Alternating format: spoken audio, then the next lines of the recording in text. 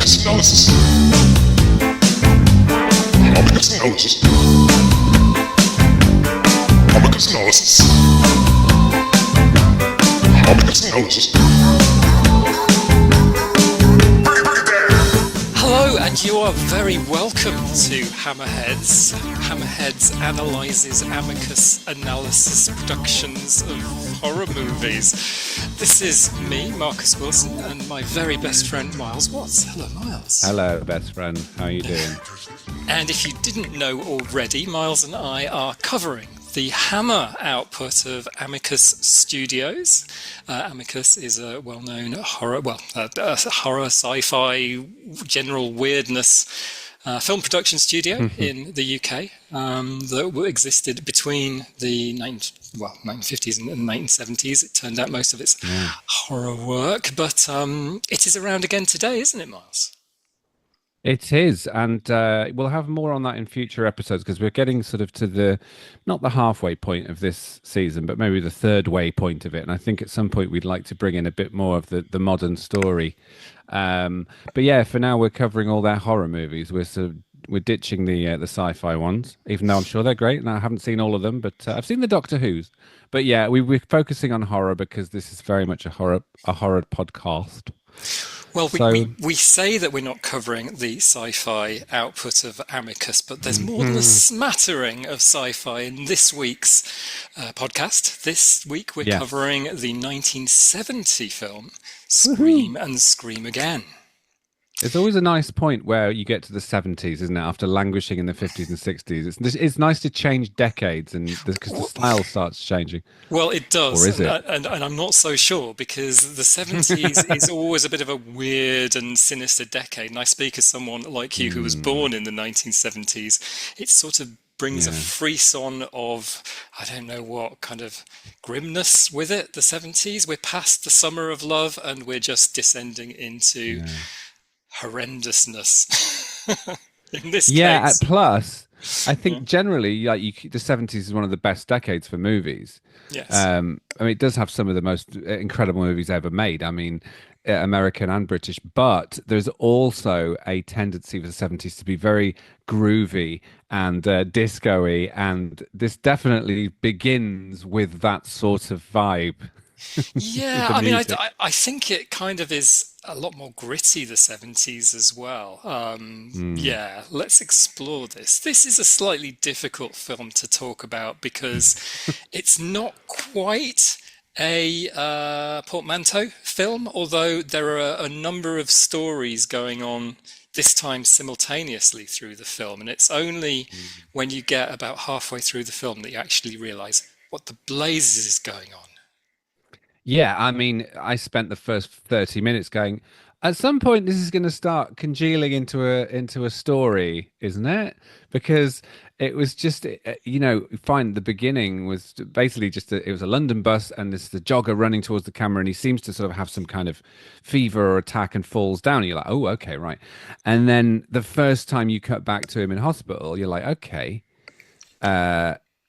and I'm sort of thinking at this point, where's Vincent Price? Where's Peter Cushing? Yeah. And where's Christopher Lee? Yeah, and how are they going to come into this story? And two of them don't do...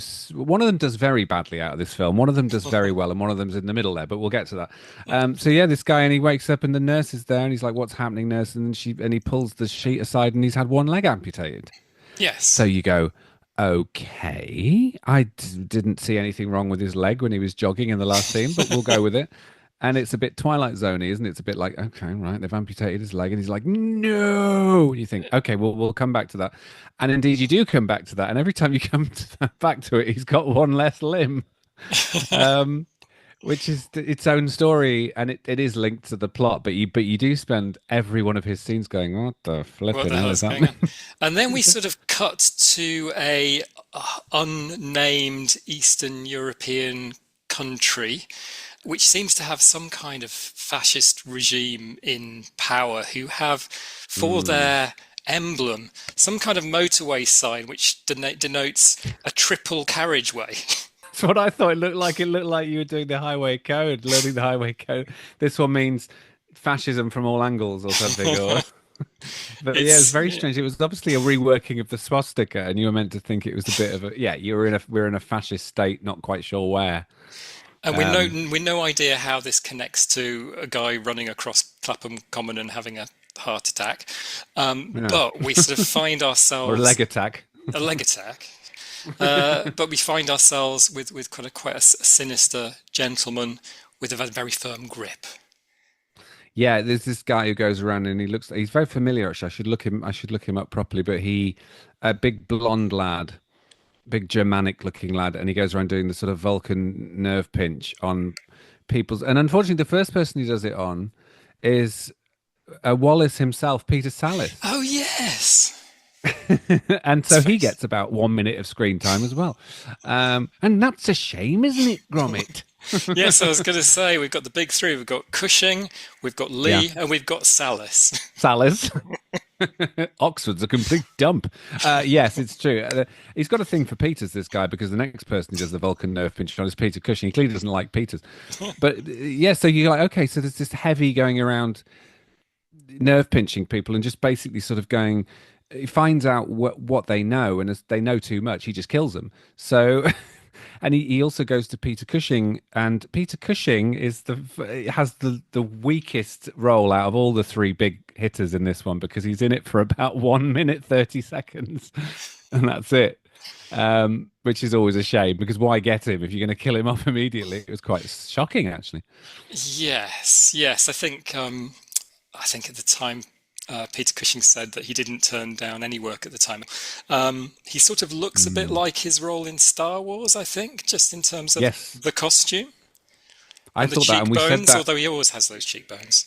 They're amazing. I've been told I have Peter Cushing cheekbones. You do? They're very high up, very razor bladey. But uh, there are worse people to be compared to, aren't there? But yeah, he. I think when we were doing our Hammer series last season, we were talking about this particular era of Peter Cushing around about 1970, and he does start to resemble Governor Tarkin. And there is actually a line in this where he says something military, and I'm like, it sounds like Governor Tarkin saying, "A military target, then name the system." And like, yeah, so he's got that sort of pleasant evil cadence to his voice, which is amazing.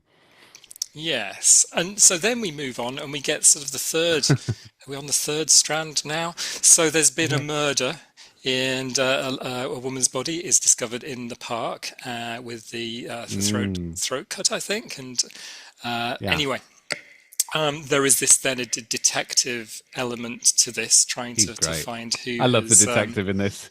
Yeah, so this is a guy called Alfred Marks, isn't it, who plays the detective? Yes, he's just a Who doesn't make it classic. through the film either. No, he doesn't, poor He bugger. doesn't And make it to the end. he lasts about an hour, and he has some great lines, like the moment when he's obsessing about the sandwich. I love that Yeah. little bit of business. He's obsessing. These sandwiches are curled up more than Charlie Chaplin's shoes, and then he goes, "Oh, well, it smells like cheese, but it looks like ham. No, it's chicken. This chicken died of old age." He has this whole sort of thing about the sandwich, which I love. I It's a love the sort of shame, yeah, it's a 70s-ness of it. shame he didn't make it through. Yeah, he's good. They do a good line in detectives and grumpy PIs and stuff. Amicus, I have Yeah, to say, I like that element. That was my favorite element of the film, because when Christopher Lee comes into it, he's got a rather thankless role. I mean, yeah. he's phenomenal, obviously, but he doesn't have much to do, so he's just being Christopher Lee. He's just a suited sort He's a of bit of a desk jockey, isn't he? bureaucrat, isn't he? Yeah. Yeah. So, he doesn't have very many good lines and stuff, but he sort of, lurks through scenes talking like, I mean, I could listen to Christopher Lee read, the phone book, as they say, and just be riveted for 8 hours. So, it's great to have him there. But you also meet Vincent Price in the first half of the movie, and you think, well, he comes back, and he actually does get, which we'll come to, the better of the three roles, I think, out of these three guys. So Vincent Price is tied into this because he works with the lady who's been murdered, who they're Yeah. investigating. This is all very tangled and it's all very kind of complicated to understand, and I don't It's really just understand what the hell It went makes on as there. much sense to you. Might as well listen to this and then go watch the film, because it won't make Yes. as much. It won't make any sense. We're making more sense than the movie at this point. So at this point, you've got these kind of three strands going on. You don't know if it's going to be a Cold War espionage Mm, film, or if it's going to be some kind of detective procedural, or if it's going to be this sort of horrific kind of body horror thing. And actually, it's all Yeah, three, which is it quite the is. genre. Yeah, greedy buggers. They've got three genres, and also, you think, well, someone's having their blood drained. It must be Christopher Lee, Well, but there not. must be a vampire. There must be a vampire. Or we're led to believe there's a serial killer going around London that's draining victims of blood. So they sort of keep cutting to this band. I can't remember the name of the band, but they're singing the song "Scream and Scream Again." Is it Uh, Morning uh, something? no, it's oh god, it's the Busted Pot Disco, isn't it? Where they're singing, which is really Yeah. weird because half of the time they're in the Busted Pot Disco, it seems to be the middle of the day. Like it's not Yes. it's Oh, supposedly a time. nightclub, but This is one of those films where they didn't really plan it out in the screenplay very well as to whether it was day or night, because even there's this epic chase scene in the middle of the movie, which we'll get to in a minute. But is it day? Is it night? Does this take place over a week? Is this overnight? What's happening? It goes on and on and on. yes, But we're not even sure if it, we're in the sort of the same time frame in the with these different no, stories going on. So it's all over the place, isn't it? yeah, I mean, then you start to realize that there's this kind of connection that it's all about like limbs, that there are either limbs Yeah. missing or there are very Mhm. strong limbs, or there's like people ripping their own limbs off to escape the Yeah. police, and then okay, so there's something going on here. Mm. And then you kind of realize that there's something almost otherworldly or just kind of superhuman-y, and then there's that callback to the Third Reich and things and the Yes. perfect human specimen and things like that. So all of these ideas are Yeah. in the mix, and then you get this kind of introduction of the vats of acid as well that the protagonist throws himself into Yeah. as well. So It's got that sort of, it's a mixture of vampires, Frankenstein, yeah, I was going and to say sort it of has more to do comic book with stuff. It has more to do with like Frankenstein in terms of Mm. what's happening. There's this weird thing where they throw in the blood draining as well, but that's almost a red herring.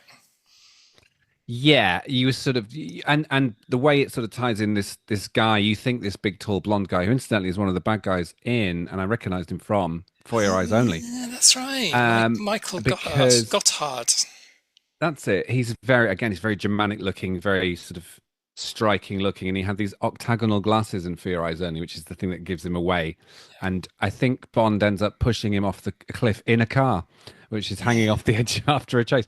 So you sort of think, oh, well, I get it. He's the serial killer. He's going around killing these women. So they set up this, undercover copper lady to sort of lure him, and then she ends up getting basically, don't go near this guy because he'll kill you. And then when they do chase him down, it's this incredible, what, 15-minute chase sequence with cars and climbing up a quarry, and I mean, yeah, it goes on and on. it kind of feels a bit Bondy at that point. There are kind of this kind of Mm, daytime car chase, like properly throwing lots of stunt action at it, and it feels yeah. really kind of edge of your seat stuff, which you just don't expect in terms of action sequences in either Hammer or Amicus, really. But it's really No, kind of quite thrilling, it's and it rather does. excellent actually. Yeah, And as it an does action feel a bit sequence. Yeah. Bondy, like even the tall guy who's obviously got this kind of super strength who's being chased feels a bit like Mhm. Jaws from the Bond films or something. He seems Yeah. indestructible. Yeah, he reminded me of Jaws, or like Zorin from A View to a Kill. Yeah. He's a superhuman, yeah. And so I think you realize at this point, you start to go, okay, he's been engineered to be superhuman. That's what they eventually catch him because he falls down. They handcuff him to the car, and he pulls his hand off to get away.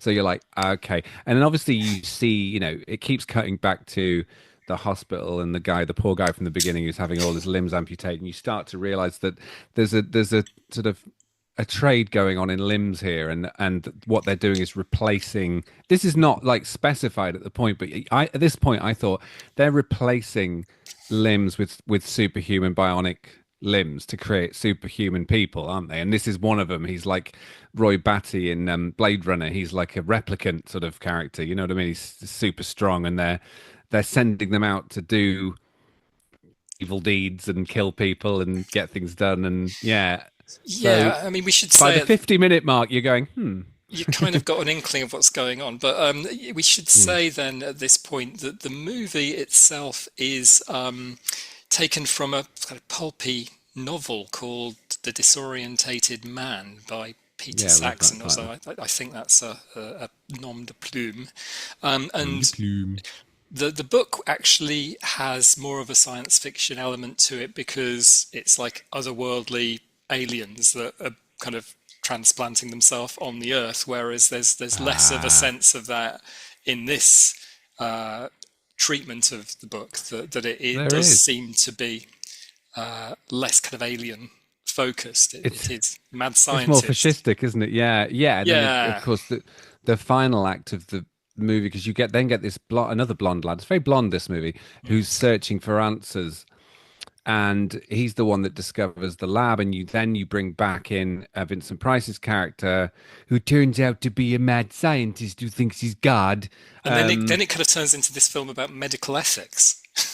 Yes, It's yes. just a Which bit bizarre, but in a way, bizarre. fascinating film.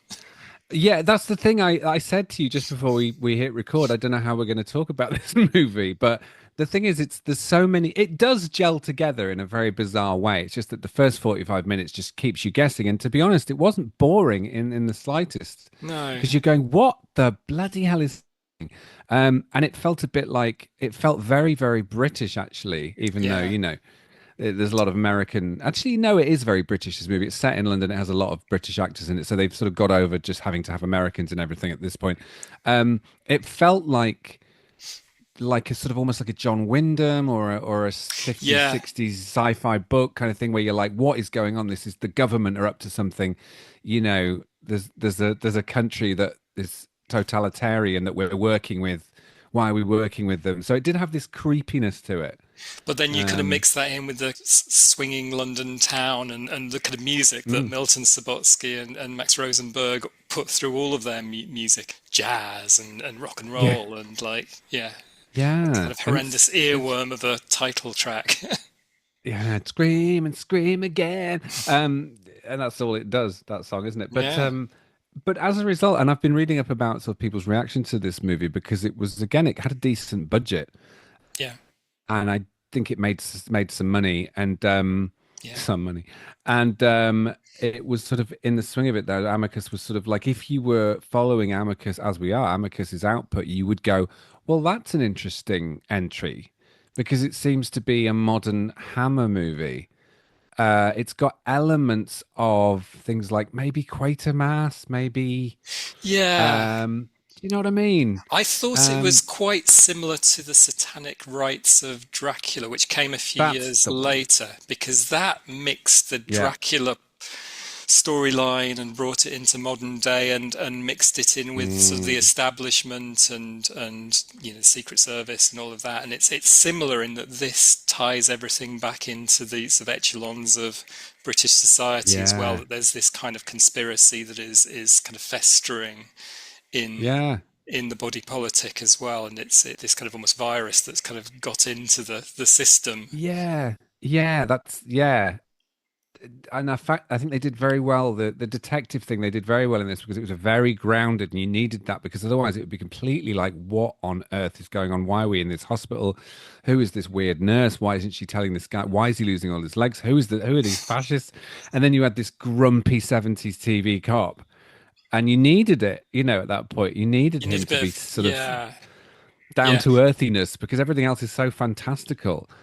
I mean, Um, the film does well, and partly that's maybe because of bringing these three giants of horror cinema together on the billing. But I yeah, mean, Peter Cushing's in it for 3 minutes. I think that Lee and yeah. Price are on screen together for about 50 seconds. I mean, It's very they're not. quick, isn't it? I was like, oh, they're together. Oh, You don't go away from the film liking it because of those three actors. It's because of everything no, else that's gone on that's screen. but that's true. Actually, it's almost like, and then we'll have these three, because obviously, it's great to see them. Vincent Price is great in it, and he gets the final scene, Christopher Lee, and he puts him in the acid bath. So it's like, it's nice to see Christopher Lee then get into the car and drive off like, well, that's another day's work. It's that sort of boring bureaucracy in the face of this ridiculous plot that he's had to unravel. And so Vincent Price gets to sort of say these lines and just ham it up, and you get to hear his fantastic voice. Um, but but they don't give them much to do. So it's almost like, yes, it's like you would list everything else first in terms of selling points. And Yeah. say, oh my God, it's mad and it's crazy and it's really out there. Oh, and it's got these three guys in it, which is really weird. Yeah, and apparently Price didn't know what the hell was going on either. He could have writes after the face, like he had no idea what the plot was about. But it's No. interesting this time that we don't have, Freddie Francis has directed the last few Amicus films that Mm. we've reviewed, and this time they dispense with Freddie Francis altogether, and maybe that's part of the film's shock value Yeah, that there's Gordon the Hessler. yeah, Gordon Heston, who hasn't really directed much in cinema to this point. He's No. directed a bunch of TV stuff, but he's sort of known for this kind of low budget, gritty, grimy style. And Yeah. it is kind of quite confronting and shocking the way that it's filmed, and the pace, and the all these elements that get thrown into the mix. Yeah, it's funny. It's almost like you would, and a lot of people have said this in their criticism of it, that the selling point is that it's so piecemeal and it's so weird and it's so just bonkers. Like you couldn't accuse it of being playing it safe or being boring or being predictable. It's none of those things, you know? But it has that slightly edgy, gritty thing, the atmosphere that I'd say a film like Get Carter has. It's kind Yes, of actually, it slightly does have sleazy, that vibe. gritty, yeah, which is Mm. something a bit new for Amicus as well at this stage, I think. Yeah, no, I mean they're specifically not trying to sort of ape Hammer at this point. They've obviously, want to do something different. It's almost got like a portmanteau vibe to it if you think of. Yeah, totally. It's like portmanteaus, but all of the kind of like they're intertwined with each other. Yeah, and I think, if you were trying to sell this as a screenplay, I don't know, you'd read it and be like, well, it kept me guessing. You know, Apparently, Sabotsky wrote a first draft of the screenplay, and apparently it was just unfilmable and unproduced. So they got in another wow. guy to write it. But this film Yeah. had been Amicus had got investment from American International Pictures, who'd had an earlier hit with this thing called The Oblong Box, which was also something that starred Vincent Price and Christopher Lee, and the idea is that they would kind of Right. keep the same cast and they would keep the same director because they got the funding from American International. So, Okay. so everything's shaken up a bit because of that deal. Okay. Yeah, I was just reading about the rewrite, and Chris Wicking Chris rewrote it Wicking, yeah, from the pulp book, um, and he managed to keep it pulpy, but just do something interesting as a film as well, which is so important because as we've, all the films we've studied with Amicus so far, most of them were by, you had story by Robert Bloch, and some of them very much suffer from being short stories turned into stretched into screenplays, or, yeah. slightly hammy stuff that doesn't, it works on film and it sort of doesn't. Whereas this is a film. This is not. This doesn't feel like a script or a book this feels like a film that's using the format to do what it does. Do you know what I mean? I kind of do. I mean, I think it does feel almost more like a book in that it has these different stories running through it in a kind of way that you could Mm, imagine like chapters in a book flipping between three different scenarios, and then it all comes together at the end. And in a way, I think this mm. film was written and directed and produced so quickly, it's almost like they didn't have a chance to self-censor. It just all got thrown in Yes. there, and it got produced. And actually, what the result is really compelling. Yeah, yeah, it's true, and it's a unique film. Like I think it's got quite a low score, but it's got a cult following. A lot of people are like, oh, I really like this one, and I can see why. It's got a lot of ideas in it. Do you know what I mean? It's got Yeah, ideas in it, and I love films that baffle you but have ideas. Like I was thinking about, what's the film with the clones in it? The Island, which is that yeah, big dumb Michael Bay movie, and The Island is, hey, wouldn't it be weird if you found out you were a clone and then 2 hours of car chases? And I like movies that have the idea and then do something completely bonkers with them. Like I think there's a recent film with Robert Pattinson by June Barho. What was it? It's got a number in it. Mickey 17. Hmm. And again, it's a film of two halves because I won't spoil it because you should watch it if you haven't seen it. But the first half sets up all these ideas, ideas, ideas, ideas. And the second half goes, and then we're going to do all this action stuff, and you're like, right, but you sort of built me up with the ideas. Like, so if this film had spent 25-30 minutes setting up ideas and then just been a big punch up, it would have been really boring. But it wasn't. It was this, it had, in some ways, people have criticized it that it's got the Vincent Price, the lab stuff is a bit like, okay, he's a mad scientist playing God, but it sort of needed to kind of draw it all together at that point, because you've been all over the place for 45 minutes. And I think it leaves enough stuff unanswered or up to the imagination, and that films like that are the things that stay with me, because I go away and think about, okay, so what was going to happen? I mean, it may be that the writers and the directors had no idea quite what was going to happen themselves, but actually to leave that space in a story unanswered, then I think that's something. There is an element in a of horror. That. Yeah, that can be kind of something that you kind of keep thinking about. I love it when you're watching a film where you feel like the filmmakers or the writer or the director went away going, I don't know. I'm in the dark as much as you are, but people watch it and go, no, we don't know either. And so what were you thinking when I don't know what I was thinking when I wrote that. You know what I mean? I love it. And this is definitely one of those movies. Like, I think they surprised themselves. And I think it's one that it will stay with you. Like, I was thinking about some of the Hammer movies. I was looking through the list of like 17, 18 movies we watched with Hammer, and I can't remember 4 or 5 of them. I was like, oh yeah. And it's the ones that were a bit samey, whereas Quatermass and The Pit, I remember really well. Yeah. Because it was so its own thing. It's like off the wall and different. Yeah, absolutely. Completely I totally off agree. The wall. And again, it's set in London, but it's got this weird machine, and it's got this like insect in the sky and thing, and I'm like, I will never forget that image. Yeah. And I don't think I'll ever forget Scream and Scream again. No. And I think this one, that's why this one for me is my favorite of the series so far. I think me too, actually. Yeah. I think you start to get into and again, I know Hammer and Amicus did, as they start to get, Marvel suffer from this as well. Here we go again with another Marvel film that was going to be formulaic. Here we go again with another Hammer film. But they did some interesting stuff with it. And occasionally they went, look, we'll do Dracula again, but we'll make it different. But with this, I feel like they're going, right, we're going to do something completely out there that isn't really like anything we've done yet. And they pulled it off, and it's like it signals the new decade. Like, here we are with 70s Amicus, and I get the feeling 70s Amicus films are the best Amicus films. Yeah, totally. I think they've found their stride, and they're being brave now, and I think they continue to be brave from here on in. And it's so weird, and it's so British, and I think that's one of the strengths. Like, I love American movies. I love a lot of American movies. Probably 75% of movies I love are American, but I love how British this is, even with American filmmakers. It just feels so Britishly weird. Do you know what I mean? So, friends, we would be delighted to hear what you think of Scream and Screen again. So go off and watch it. Leave us some comments and your thoughts. Next time, we will be looking at The House That Dripped Blood. That one, I hear, is an absolute Amicus sort of like crossroads where everything's sort of like, a lot of people use it as their definitive Amicus film. I wonder if we will. Ooh, well, we're back to written by Robert Bloch on this one. So, and we've got Christopher Lee, Peter Cushing, and they will be joined by Denham Elliott and Ingrid Pitt.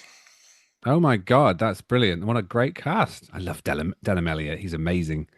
Again, one of the great voices. I think, you think about Cushing, Lee and Vincent Price, they've got these incredible voices, but Denham Elliott, and then we were talking about Burgess Meredith last week, and he's got an amazing voice. I love these actors that great faces, great characters, but their voice is just absolutely mwah. So yes, I look forward to that.